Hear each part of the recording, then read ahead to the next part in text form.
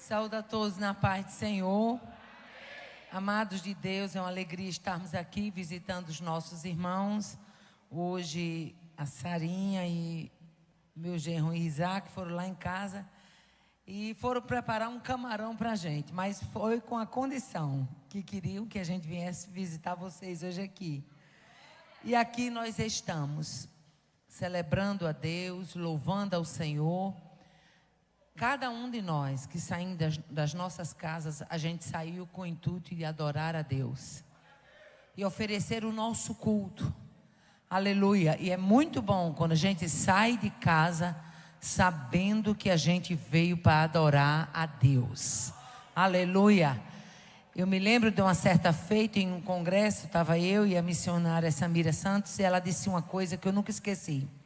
Na hora do louvor, como vocês estavam louvando aqui, na hora da alegria, ela olhou e as mulheres muito animadas, ela disse: irmã Aparecida, numa hora dessa, espírito de depressão bate em debandada, angústia vai embora, o inferno perde ponto e o nome do Senhor é glorificado. Aleluia. Esse é o entendimento que nós temos, que estamos celebrando a um Deus que é vivo, que reina e que tem todo o poder para fazer maravilhas. E o nome dele é Já. Aleluia. Muitas vezes você entra por essa porta transportando um problema, mas o Deus Já muitas vezes faz maravilhas, e quando você percebe, ele já tem feito. Aleluia. Amados de Deus, veio ao meu coração um texto, porém nessa noite o pastor Chico Chagas leu o Salmo 139. Eu sou apaixonada pelo Salmo 139. Por quê? Porque o livro de Salmos, a gente precisa ter um entendimento seguinte: os Salmos, eles eram uma espécie de louvor, eram cantados.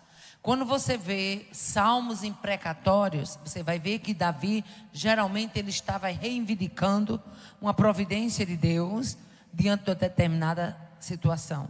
Quando você vê cânticos de romagem ou salmo de romagem, era exatamente os salmos que os judeus usavam para sair do seu lugar para Jerusalém, e eles iam já adorando, já saíam das suas tribos, das suas tendas, com espírito de entendimento de que iam adorar. E eu gosto muito dos salmos, porém o Salmo 25 e o Salmo 139, para mim, eles são muito significativos. É difícil dizer qual é o salmo que a gente mais gosta, mas o Salmo 25, eu me lembro que ele me acompanhou numa época de um deserto muito grande, né? Então eu sou muito apaixonada pelo Salmo 25. Porém o Salmo 139, ele é um salmo onde Davi descortina exatamente este Deus onipresente, este Deus onipotente. E eu quero em rápidas palavras meditar com você no que foi lido nesta noite. Quando o Senhor usava o salmista Davi e dizia assim: Senhor, tu me sondas e me conheces. Aleluia.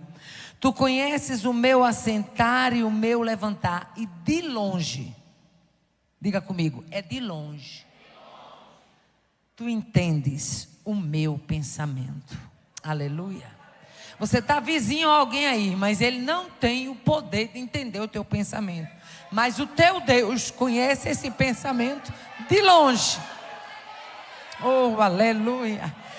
Esse alguém que está sentado do teu lado, ele não sabe o que você estava pensando quando trocou de roupa, ele não sabe o que você pensou hoje de manhã, ele não sabe, mas Deus sabe o que você pensou desde a hora que você acordou, o que você pensou antes, o que você pensou quando chegou aqui, o que você vai pensar quando sair daqui.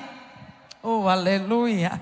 Aí ele prossegue dizendo: tu me conheces, tu conheces o meu assentar e o meu levantar, cercas o meu andar e o meu deitar, e conheces todos os meus caminhos.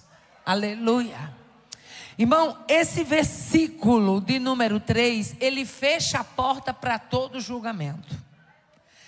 Temos um Deus que conhece todos os nossos caminhos. Aleluia. Deus não se deixa levar por medição humana. Tem gente que ele chega na casa de Deus, ele vive uma vida cristã, mas é uma vida pautada numa fita métrica, mede uma coisa, mede outra, ele mede tudo, mede todos, mas não se mede. Mas nesta noite a palavra de Deus diz que nós temos um Deus que cerca o nosso andar, aleluia, e o nosso deitar, e conhece todos os meus caminhos, aleluia, glória a Deus. Deus conhece a tua trajetória, aleluia. Deus conhece a tua história, Deus sabe as tuas fraquezas, Deus sabe a tua pequenez, mas mesmo diante de todo esse conhecimento, Ele é um Deus que estende a mão. Ai, andei a fé. Servimos a um Deus que estende a mão, um Deus de resgate. Oh, aleluia. E é isso que deixa muita gente pirado, porque o homem quer que Deus meça como ele mede.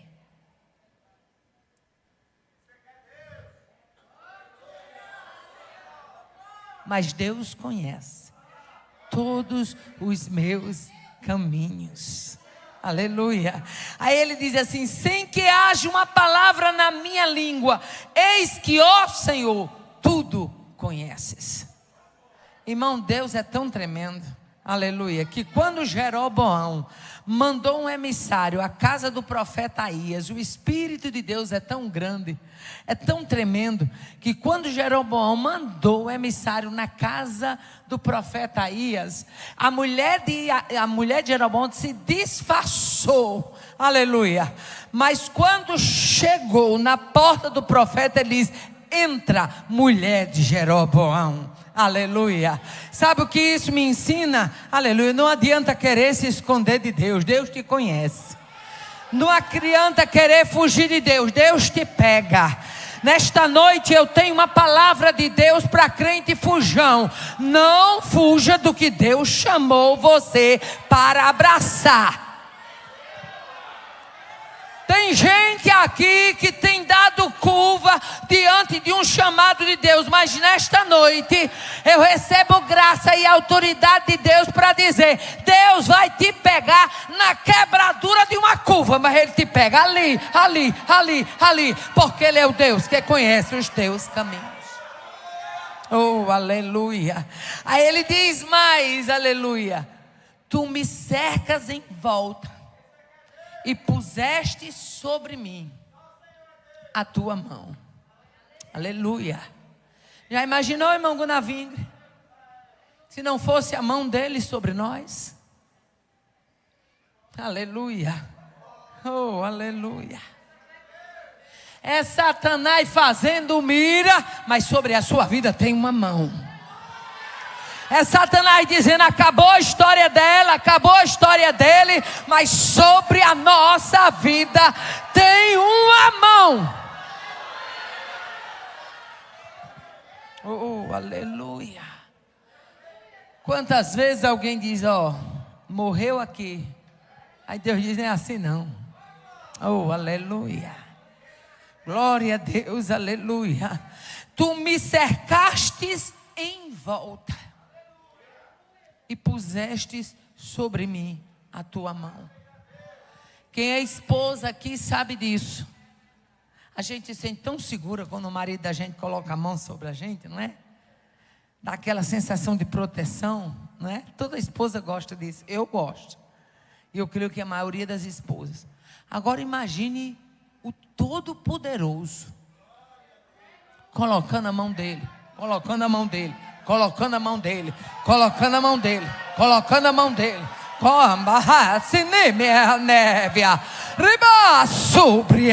Você está passando uma luta no meio de uma parentela distanciada.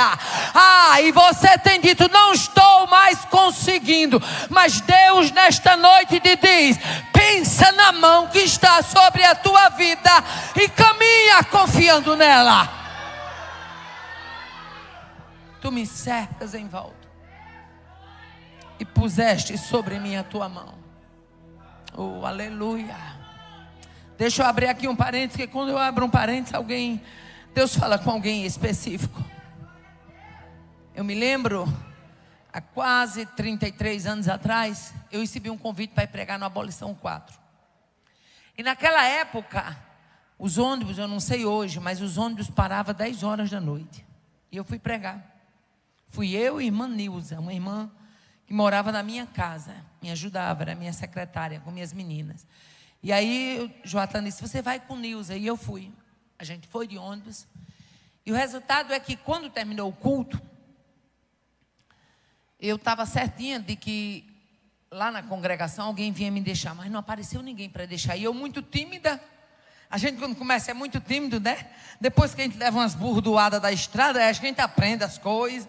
Aí ninguém mais faz o que fazia. E eu me lembro que eu fiquei com vergonha de dizer ao irmão que eu precisava que alguém viesse me deixar. E o resultado é que o culto terminou. E aquela coisa, os irmãos ficaram conversando. E quando eu cheguei na parada, peguei o ônibus, o último que tinha do Abolição para o centro. Mas o do centro para o Alto São Manuel eu já não consegui mais pegar. Aleluia. Eu estou dentro do contexto de uma mão estendida. Aleluia. E já era bem tarde quando a gente chegou no centro. E eu me lembro que a rua deserta, naquela ponte velha, a gente subindo ali. E eu me lembro que a irmã Nilza olhou para mim e disse assim, irmã, parecida que está deserto, o negócio está perigoso, viu? Eu disse, pô, não é? E a gente andou, e a ponte velha, vocês sabem que ela não dá para ir duas pessoas de lado, é uma na frente e outra atrás. E lá ia eu na ponte, quando de repente lá vem. Naquela noite, Deus tinha me dado uma palavra sobre a proteção de Deus. Eu tinha pregado sobre a proteção de Deus. E muitas vezes a gente está pregando num tema e a gente não sabe que o inferno já está trabalhando para desmentir aquilo que a gente pregou. Mas quando você prega, crendo no que a palavra diz, meu filho, dá nó em pingo d'água e Deus cumpre o que você pregou. E eu me lembro que eu ia na ponte e a irmã Nilza vinha logo atrás. E de repente lá vinha um rapaz de bicicleta. A gente indo e ele vindo. Mas eu pensei, ele vem de bicicleta e ele vai descer e vai tomar o caminho dele. E o resultado é que ele não fez isso. Quando chegou perto, parecia assim que ele tinha batido numa parede invisível. É como se tivesse uma parede de acrílico. Ele bateu, que ele entortou o guidão. E quando ele entortou, a irmã Nilza que estava atrás deu um grito. E quando eu olhei, irmã Nilza deu o grito porque aquele rapaz estava endemoniado naquela bicicleta. Ele endemoniou-se assim na frente da gente. Endemoniou, entortou o guidão. E eu quero aproveitar e dizer a pastor Chico que quando estiver passando esse trenzinho aqui, aproveite o trenzinho. E quando estiver endemoniado, bote eles para ver se eles têm essa alegria todinha para expulsar demônio, viu? Aproveite o trenzinho para ver se tem coragem, viu? Para ver se eles expulsam demônio. Aproveitar o trem, né? Para ver se expulsa demônio.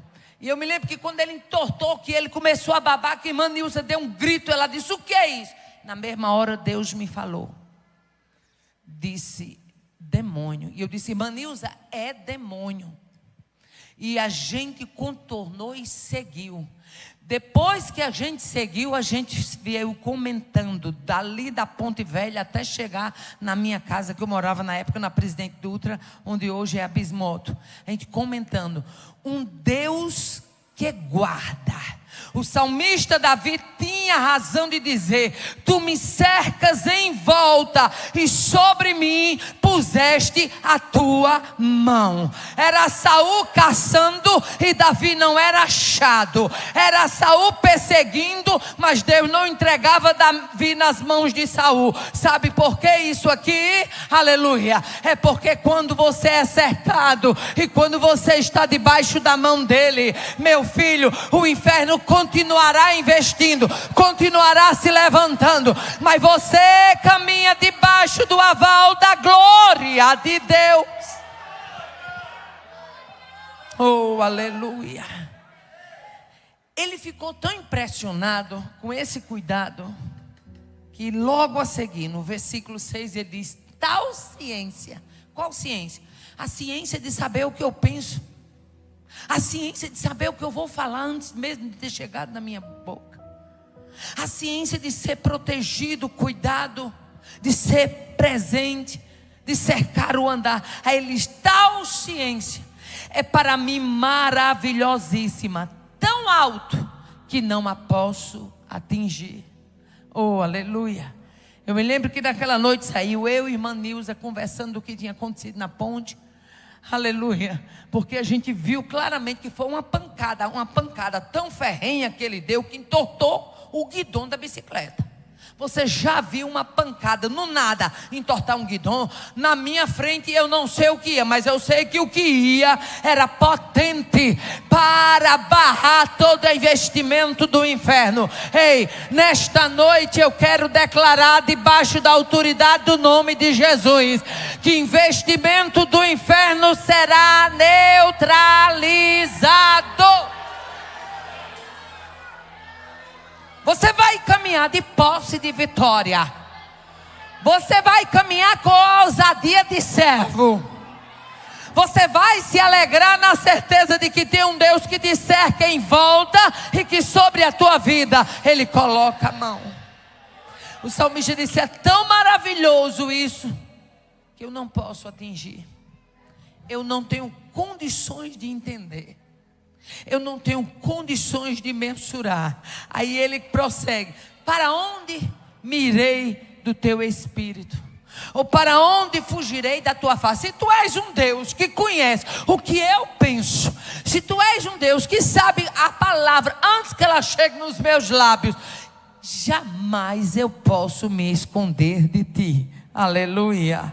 Aí ele continua, mas eu quero chegar nesse versículo aqui. Aleluia. Versículo 13: pois possuíste o meu interior e entreteceste-me no ventre de minha mãe. Dá para você ver um projeto lá no ventre da tua mãe? E esse projeto era você. Oh, aleluia. Esse projeto era você. Aleluia.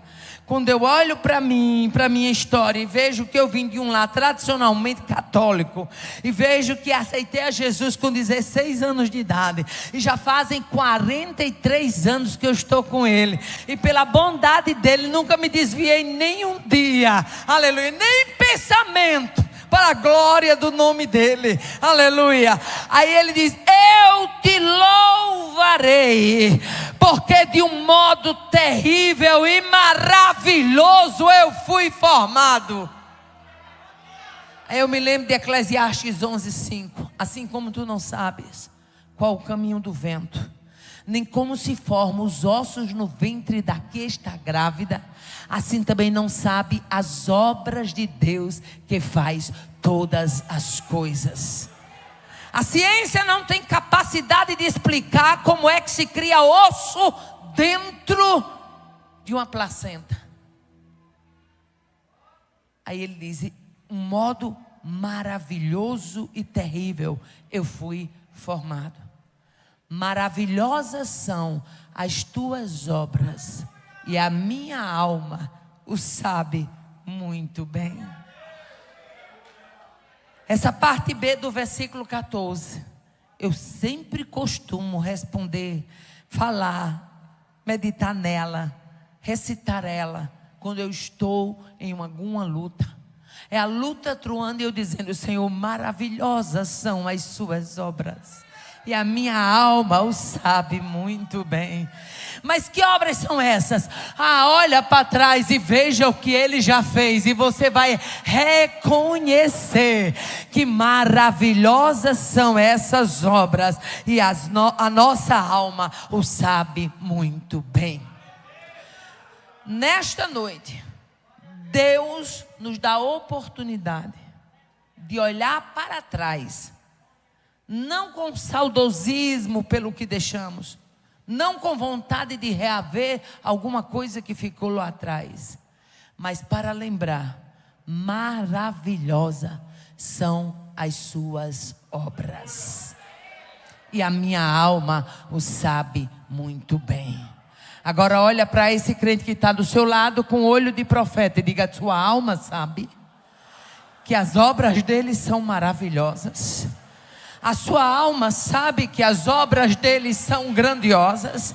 A sua alma sabe que as obras dele são perfeitas. Portanto, nesta noite, aleluia, já me alonguei demais, mas cante com a alma de quem sabe que as suas obras são maravilhosas. Louve a ele na confiança de que essas obras são maravilhosas. Você vai cantar aqui com a alegria de quem já atravessou o que você está passando.